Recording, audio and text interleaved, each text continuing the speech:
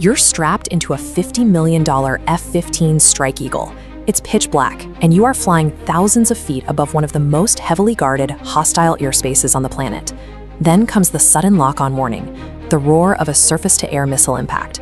In a fraction of a second, your jet is a fireball. You pull the ejection handle, blasting away from the wreckage and falling through the dark toward the ground. When your boots hit the dirt, the adrenaline fades. You are completely alone, right in the heart of Iran. Surviving the crash is only the beginning of the nightmare. You've traded the safety of a high-tech cockpit for total vulnerability in enemy territory. The Iranian desert is a barren, hostile landscape with nowhere to hide. You are on the ground and completely unarmed. The clock is already ticking. Within minutes, Iranian Revolutionary Guard units were scrambling convoys to hunt down the crash site.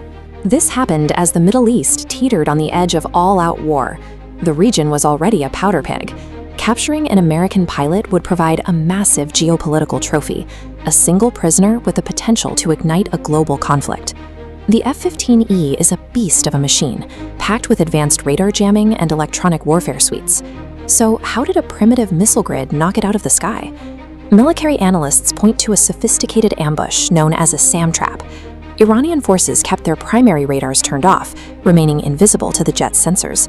They waited until the pilot was deep inside the kill zone before acting. They lit up their systems and fired multiple missiles simultaneously. The pilot maneuvered and deployed flares, but the final missile found its mark. These camouflaged radar trucks and surface-to-air missiles were the teeth of the trap. The Iranian commanders successfully neutralized the F-15's technological advantages through a purely tactical outmaneuvering. Back on the ground, the pilot had one lifeline, a PRC-112 survival radio. He activated an encrypted beacon, sending a silent scream for help up to a U.S. satellite orbiting above. At U.S. Central Command, mission controllers received the coordinates and realized the scale of the crisis. Sending an extraction team into that hostile airspace risked the exact global conflict they were trying to prevent. But the United States military adheres to a single doctrine: leave no man behind. A combat search and rescue team was greenlit immediately. These were elite pararescue jumpers, trained for high-stakes recovery. Using stealth-capable helicopters, the team flew low to the ground, hugging the terrain to evade the Iranian radar. It was a race. As the U.S. helicopters approached the coordinates, Iranian search parties were closing in on the pilot's position. Under total darkness, the helicopters landed. Commandos secured the area, pulled the pilot aboard, and lifted off in a matter of seconds. The team disappeared into the night just as enemy forces arrived at the site.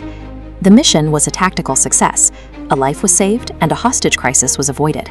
However, the ambush confirmed that American airframes are now vulnerable to these sophisticated ground-based traps. The jet was no longer untouchable. We are just one missed rescue mission away from a global conflict. Let me know what you think about this shift in air power in the comments. Subscribe for more deep dives, and I'll see you in the next one.